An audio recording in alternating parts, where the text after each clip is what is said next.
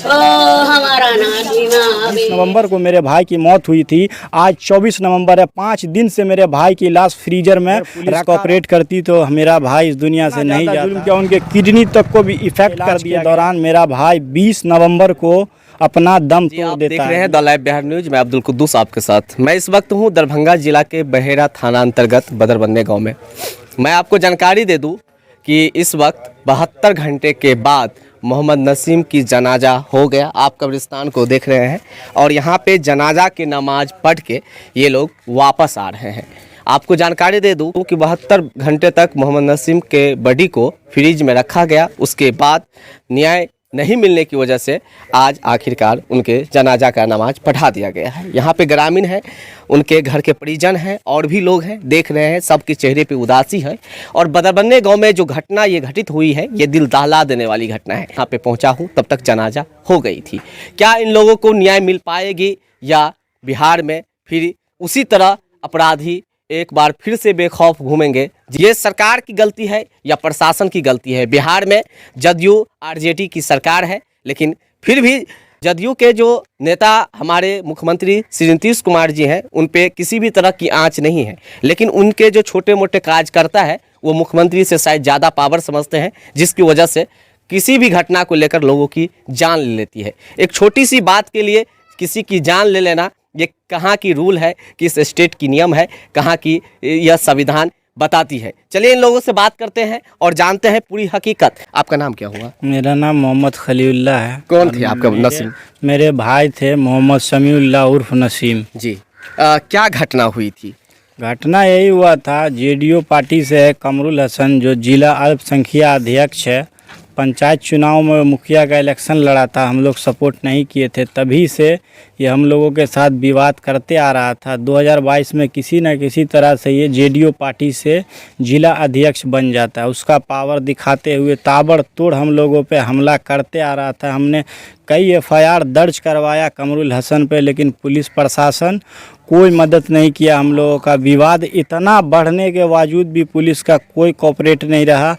अगर police cooperate करती तो मेरा भाई इस दुनिया से नहीं जाता। जब 10 नवंबर आया है तो मेरा भाई शादी समारोह का सामान लाने गया था अपने पिकअप गाड़ी से। जब लेके आ रहे थे तो बाजू में ही श्रीरामपुर गांव पड़ता है, धाक लगा के बैठे कमरुल हसन और उसके सारे चचेरे भाई एकराम, शकील, सरफराज, जो कि सबको सरकारी जॉब है, ये सब स्कूल में जॉब करते हैं।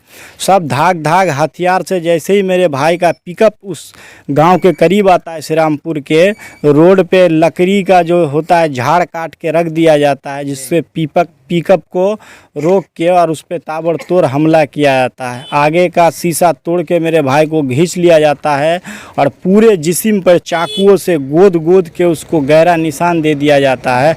इतना ज़्यादा उन पे वार होता है कि मेरा भाई वहीं पे आधे स्टेट पे पहुंच जाता है। इतना ज़्यादा जुल्म किया, उनके किडनी तक को भी इफ़ेक्ट कर दिया और मार के दोनों हाथ पांव बांध के वहीं पे नदी है, आप चलिएगा तो घटनास्थल देख लीजिएगा, उसके बाजू में मार कर फेंक देते हैं। ग्रामीण द्वारा हम लोगों को सूचित किया जाता है, फ़ौरन पहुंचते अपने नज़दीकी बहेड़ा अस्पताल में लेके जाते हैं, वहां से हमको DMCH रेफर मारा जाता है।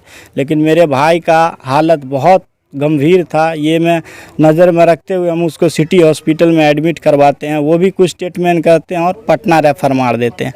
पटना में इलाज के दौरान मेरा भाई 20 नवंबर को अपना दम तोड़ देता है। भाई इस दुनिया से जाने के बाद भी पुलिस प्रशासन कोई कार्रवाई नहीं किया। आप लोग खुद सोच सकते हैं कि 20 नवंबर को मेरे भाई की मौत हुई थी, आज 24 नवंबर है। 5 दिन से मेरे भाई की लाश फ्रीजर में रखा रहा। ना तो ये विनय चौधरी कुमार है हमारे प्रखंड के विधानसभा के, वो भी हमसे जायजा लेने नहीं आए, जबकि हम उनको गुहार भी पहले भी लगाए। विधायक है? जी विधायक है। नहीं, हम उनको पहले भी गुहार लगाए थे। हमारे भाई जो अभी इस दुनिया से गुजर गए हैं वो भी उनके पास गए थे कि सर कमरुल हसन हम लोगों पे बहुत जुल्म कर रहा है, तो वो साफ हाथ जोड़ दिए कि हम इसमें आपकी कोई मदद नहीं करेंगे। वो इसलिए कि विनय चौधरी भी जेडीयू पार्टी से थे और अपने पार्टी के जो कमरुल हसन से कहीं ना कहीं उसको वो फुल सपोर्ट दे रहे थे और उसको बचा रहे थे। इसके वजह से मेरे भाई का जान गए।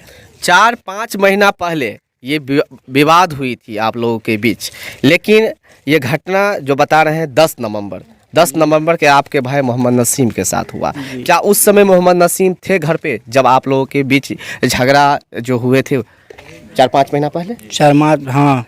तो फिर ये इतने दिन के बाद दूसरी बार क्यों लड़ाई हुआ? क्या इस बीच में क्या ऐसी बात हुई?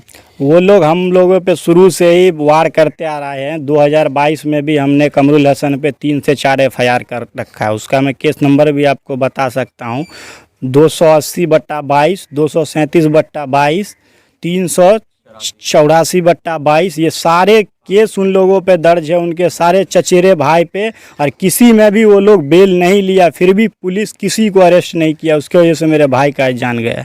तो अभी जो आप 4 दिनों तक फ्रीज में अपने भाई के बॉडी को घर पे रखे हुए थे, तो प्रशासन जो है ये बहेरा थाना का, चाहे बड़ा बाबू हो या जो भी पदाधिकारी है, वो मिलने के लिए आप लोगों से आए थे?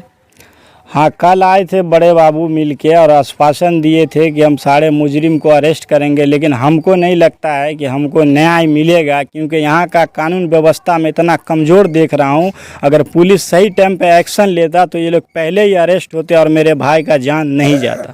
तो अब आप लोग क्या मांग कर रहे हैं? मैं यही मांग करूंगा सरकार से भी, श्री नीतीश कुमार जी से भी, कि जो मेरे भाई का कातिल है कमरुल हसन और कई अन्य लोग हैं, इकराम, शकील, सरफराज, जो सबको सरकारी नौकरी है, हम लोग उसके सामने गरीब थे। मैं यही मांग करूंगा कि कम से कम इसको फांसी हो, नहीं तो उम्र कैद की सज़ा मिलनी चाहिए। चलिए और भी लोग हैं, हम बात करते हैं। क्या मांग है आप लोगों का? हमारा मांग तो यही है कि 72 घंटा का टाइम दिया, अभी तक इंसाफ नहीं हुआ। जो वफादार हुआ इसमें अभी एक भी गिरफ्तारी नहीं हुआ। इससे तो हमारा प्रशासन पर से अब हौसले उठ गया है, यानी कि प्रशासन पर भरोसे नहीं है। अब भरोसा रहा कहाँ? अब अच्छा, सब कुछ खत्म हो गया है। क्या मांग है आप लोगों का? क्या मांग है? हम लोग का यही मांग है कि श्री नीतीश कुमार से निवेदन है, ये अपराधियों और हथियारों को एकदम जल्द से जल्द जो है ना सूली पर चढ़ाए।